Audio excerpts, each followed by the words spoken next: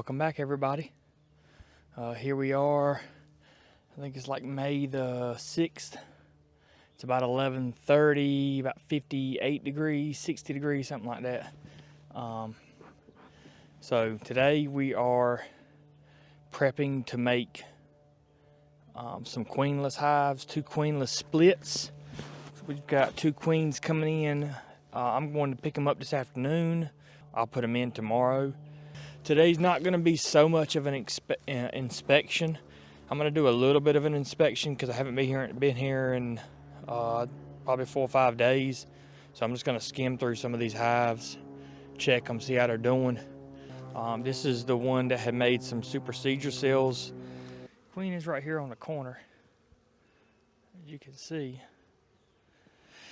I just don't know why they keep putting cells in those. I mean, they're literally putting cells in the exact same. You know what I'm gonna do? I'm gonna mark her. Well, she's got a little dot on her. I mean, it's not perfect, but I can at least identify her and versus other bees, other queens. She doesn't look right. She doesn't, something's going on. That probably is why they're superseding her. She just doesn't look right.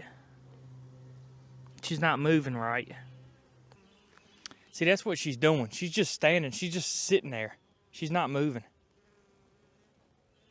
I think that's why they're superseding her, because she's not laying. I don't know what's going on with her, but she's definitely not. Something's going on. Something's wrong. So that might be why they're superseding her. She's not laying. She's just sitting there.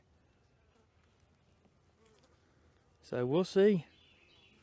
We'll see what happens. She's marked, so I'll be able to identify what's going on with her. But yeah, she's just like tucked in. Normally, this time of year, they're bringing in pollen and all this nectar. You would normally see her just running around this frame, just non-stop. And that's not to say there's not another queen in here. There could be another queen in here laying. So that's why I want to keep searching.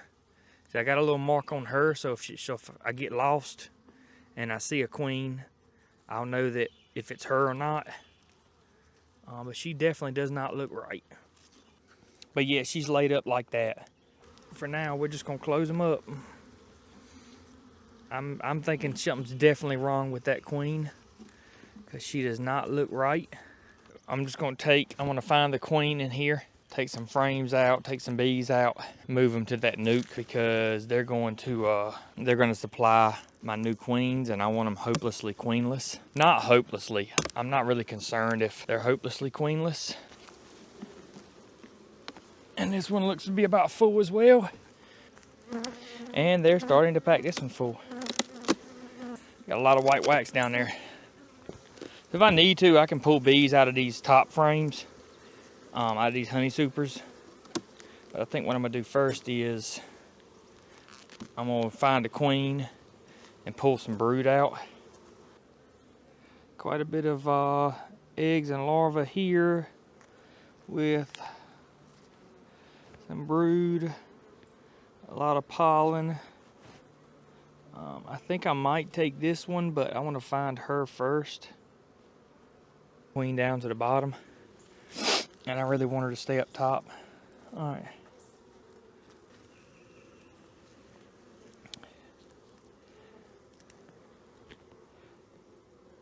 Calm them down and get the pheromone moving around.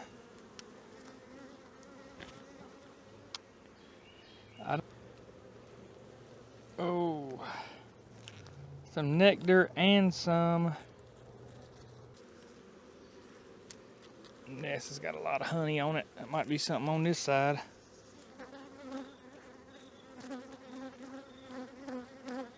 No eggs. Feels kind of heavy. No eggs in here. Yeah, this is all nectar. I'm just gonna sit this one over there for the time being. And if I find her, great. If I don't, I'll recheck this frame, because it's got a little bit of pollen and nectar and emerging bees. All right, so we got some bees up here working, and they're doing something. Oh, I see what they're doing. Storing lots and lots of honey. Holy crap. That baby's heavy. I'm gonna try not to take as long with this one, guys. I'm gonna try to go in here and just find the queen and get out. As long as they don't get eel, I should be okay. It's when they get eel that they're kind of hard to work through. And when you work them long enough, they will get eel. No matter how agile they are, friendly, whatever you want to call it. So we're just gonna pull a couple of frames and see what they look like. If I see a good looking frame, I may go ahead and put it over there. Even if I don't see the queen, if I don't find the queen, that gives me the opportunity to make some room in here to find her. Yeah, there's bees all over these frames. So I don't think these are gonna be as eel and mad and peed off as the other ones were, hopefully. Because it doesn't look like there's actually as many bees in here, because they may all be out foraging. I know she's not on that. That's a full frame of, oh, you know what? I got an idea. Yeah, this is brand new honey. So what I'm gonna actually do is, so let's switch these.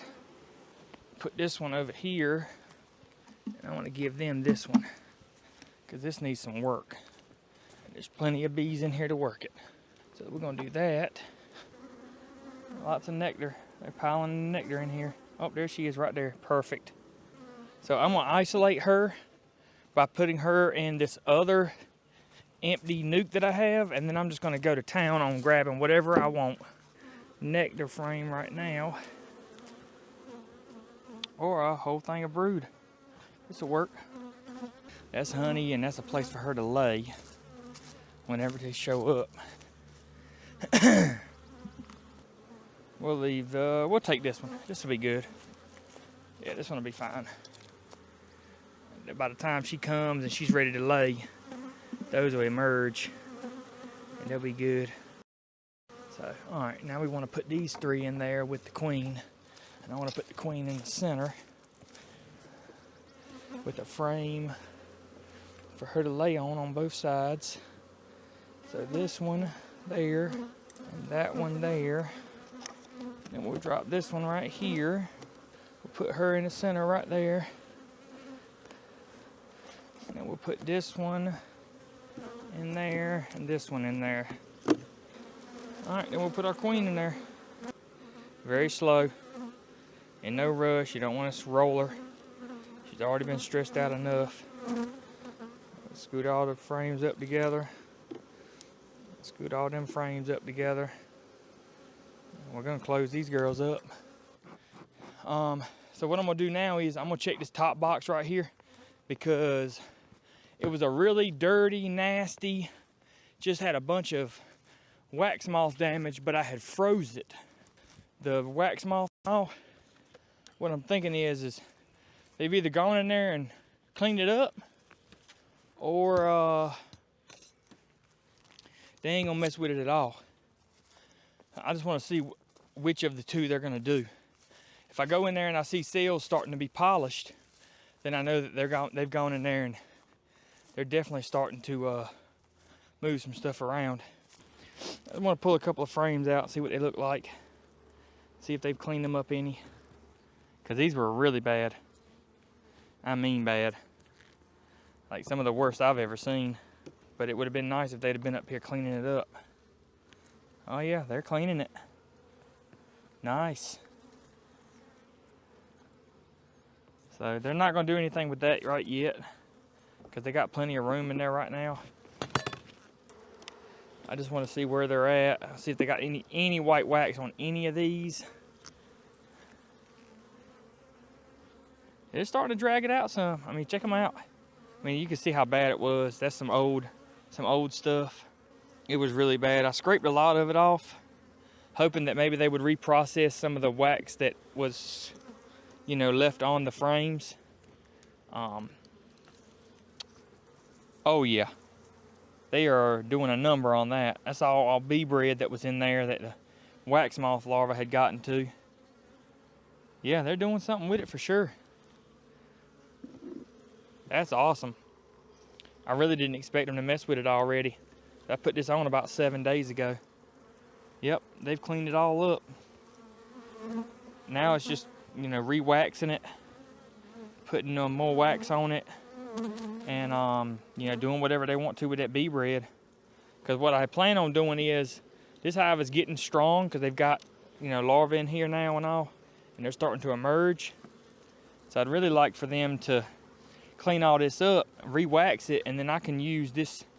I can trade out some of this drawn out comb for some honey stuff. Yeah, see, they're dragging that stuff out. Look at that. That's awesome. We'll take it out for them. Yep, we'll take it out for them. We don't mind. Awesome. Cleaning it right on up. That's how bad that wax moth was. Look at them cleaning that up. That looks awesome. They are really going at it. I mean, it was really bad over here, and they're starting to pull it right on out. Look, they're starting to pull it right on out. All you gotta do, so what I did with this is I froze it. I actually froze it all winter, but you really only need to freeze it for about 2 or 3 days. And you're gonna need a strong hive. There ain't no weak hive gonna mess with this stuff.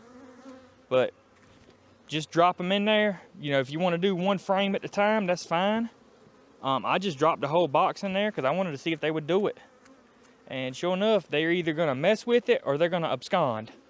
One of the two. And these are just empty comb over here. Empty frames. I just put them in there because the other 2 frames that were in here didn't look too bad. So I put them in other hives. Cool. I'm excited. That looks awesome. So that's literally all we're doing today, guys. Sorry it took so long. Couldn't find that other queen. I'm hoping I didn't move her. Let's check that box. I'm gonna check behind myself in that box, and I want to verify that she's not in there. They're kind of quiet, to be honest with you. So we've gotten some young larvae in here.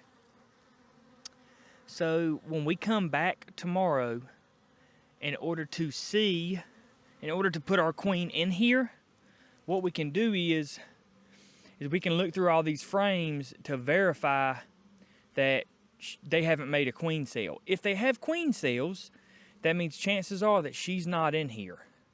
If they don't have queen cells, then chances are she could be in here, and we'll search for her again. I'm gonna go ahead and finish searching through here just to make sure. I mean, it won't hurt, it's only 5 frames. But that is a way for us to, and look at there, look right there in the middle of that frame. Where'd she go? Right there. Right there on that frame. I cannot believe that. I am so glad I went back through here and searched, guys, because those bees over there are pissed. And that's why I took their queen. And I mean, I took her early too. Now let's go put her in the correct hive.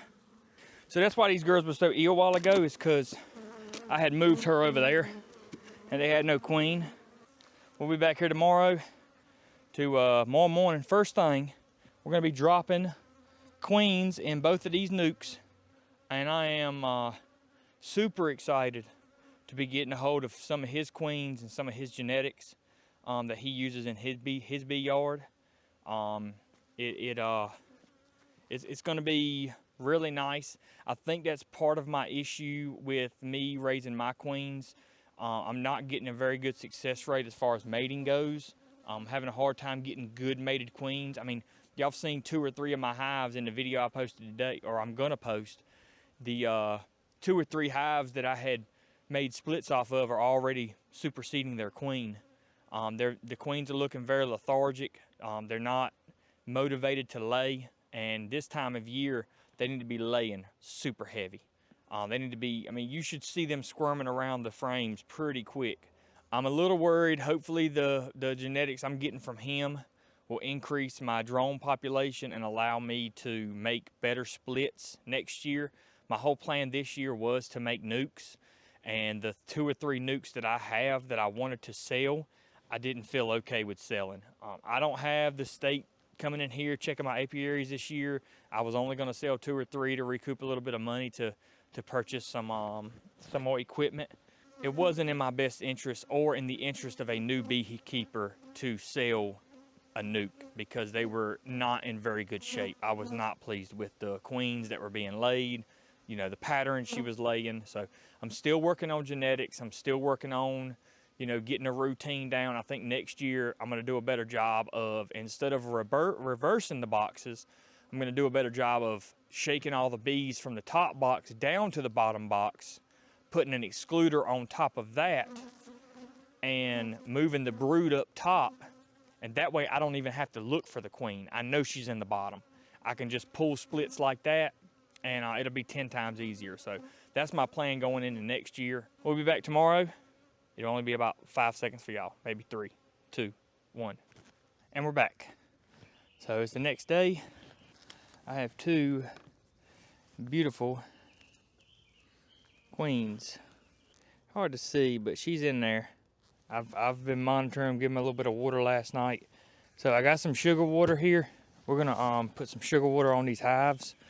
That way they don't get too aggressive. It kind of keeps them busy, keeps them from wanting to attack the queen.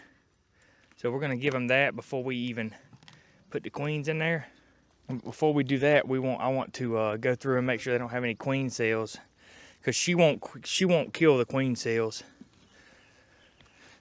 Yeah, she won't kill the queen cells. I'm pretty sure. I could be wrong, but I don't think she'll go through and, as a mated queen, I don't think she'll go through and kill the queen cells. If she was a virgin, she might would, but as a mated queen, her main focus is to just lay eggs. So she's not gonna really be concerned with killing queens, newly emerged queens, anyways. So we're gonna drop this queen in here. We're gonna soak them down with some sugar water right quick, and then we're gonna drop these queen cells in here.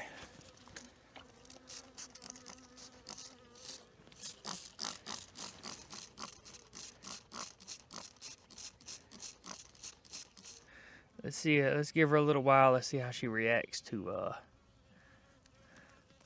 see how they react to the queen. See, they're so busy right now with focusing on cleaning off all that sugar water that they're not really concerned with her. All right, I'm gonna pop this other one, and we'll come back to that one and see how it goes. So then we got this one right here. Pretty much more of the same thing. There are lots and lots of new bees in here. Lots of new bees. Young bees, which is what you want when you got a new queen. Because if you get a lot of old bees are very, I'd say probably like set in their ways. And they don't seem to like change. A lot of times what you'll find is the older bees are the ones that's gonna ball your queen. Just a little bit, just enough to kind of get them occupied. And we're gonna drop this cell in there just like so. What you could do is you could take a small nail and run it through the cage, turn it upside down, and lay the nail across your frames, and that would work okay. That would prevent your cage from falling down the frames. But I think that'll be okay right there. They don't have this drawn out too much. We'll flip this one around so it can fit in there fairly easily. They seem to be doing okay. So let's separate these frames a little bit. Try to get her dropped down in there, and then we're gonna cover her up just like so. They can feed her from here. They can feed her from the bottom, and they can chew out the. You just want to make sure that they got a way to feed her. Because if they don't have a way to feed her, then obviously she won't get fed. And then you'll be kind of in trouble. So that's where we're at right now. This frame looks good. We'll come pull that out. We'll come back probably, today's Wednesday, probably Friday afternoon. And if she's not out in both hives by Friday afternoon, we'll let her out. 2 days ought to be plenty. There's not a lot of extra bees. There's not a lot of older bees. Because remember, I dumped bees from these 2 hives behind us into these hives. All your older bees, they've been foraging. So after about 20 days or so, 18 to 20 days, I think they start foraging. So those are your older bees, which means they don't know this location. They know the home location. So as soon as they go out to fly, they fly right back to their old home. So all your older bees have flown back. All these are your younger bees, your nurse bees. Some of them will graduate to foragers as the new bees emerge, and they'll go out and forage. That's why we have a little bit of nectar stored in some of those frames, because I'm sure they've gone out and got a little bit of nectar. For the most part, they've been taking care of stuff inside the hive. Again, I made these nukes about 20 hours ago. So these hives have been sitting here with no queen for about 20 hours. I've seen Randy Oliver.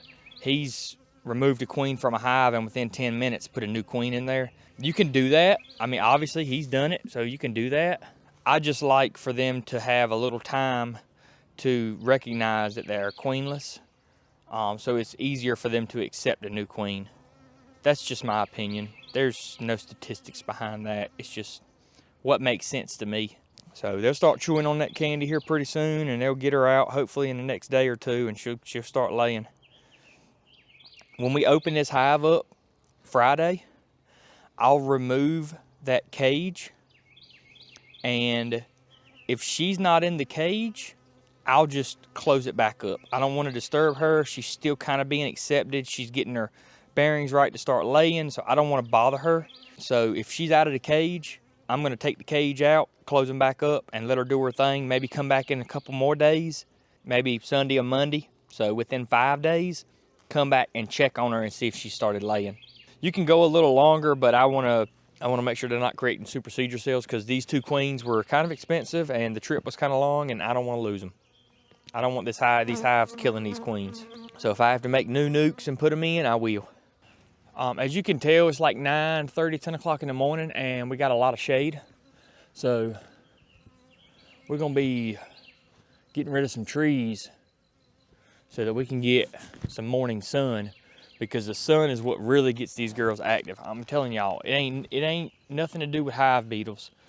It has nothing to do with hive beetles. If you can put your girls in the sun first thing in the morning and give them, after about 2 o'clock, give them some shade, they will thrive in the springtime. That sun on that front entrance is really what gets them active.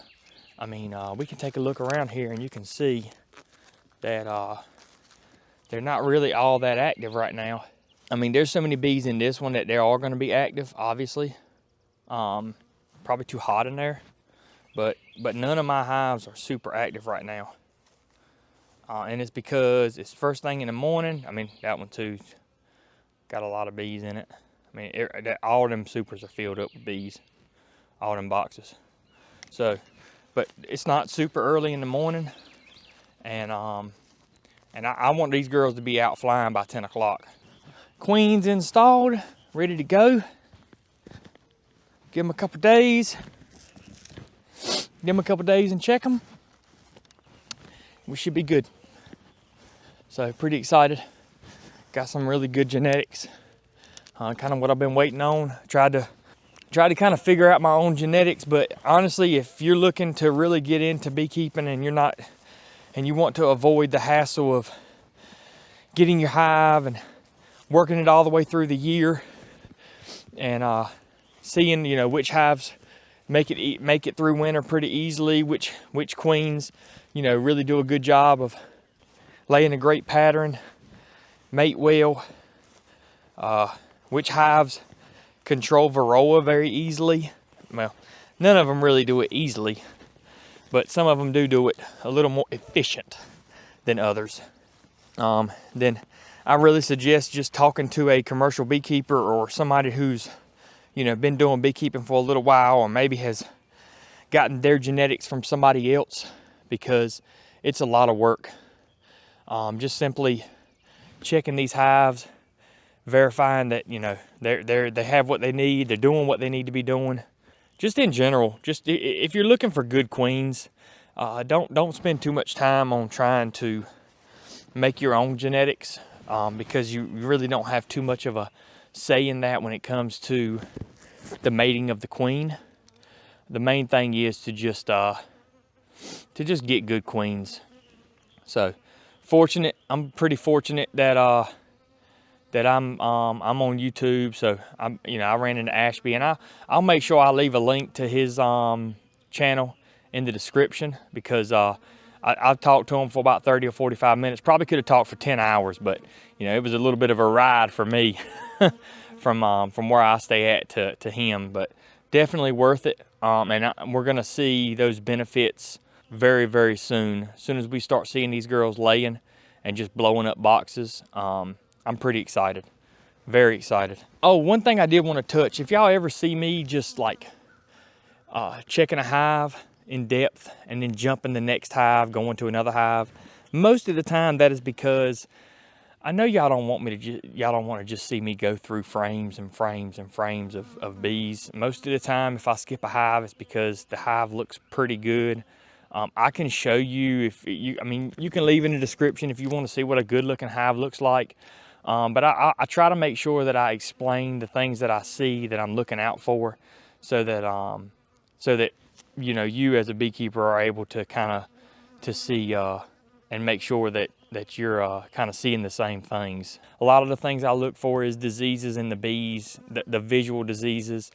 I'm looking at my brood and my brood pattern. Your brood pattern will tell you a lot, especially for your queen. Definitely checking your larva. Your larva will actually tell you a lot. And it's your larva that is sitting in royal jelly, which is your younger larva. Your royal jelly will tell you a lot. So just being mindful of stuff like that. It's not all about, like, a lot of people just want to have bees to and if y'all go back and watch some other videos on some of the other YouTubers, they'll tell you the same thing. A lot of beekeepers are just people that want to have bees to pollinate gardens and stuff like that. And there's nothing wrong with that, but you got to remember, bees are livestock, and I feel like they actually may take more attention from you than any other kind of livestock when it comes to the numbers. So be very mindful and really understand and try to study up. Everybody's learning stuff every day, so it's very interesting to me to learn new stuff. Anyways, that's my rant. Get good queens, check your bees, research. That's pretty much it. So thanks everybody for watching.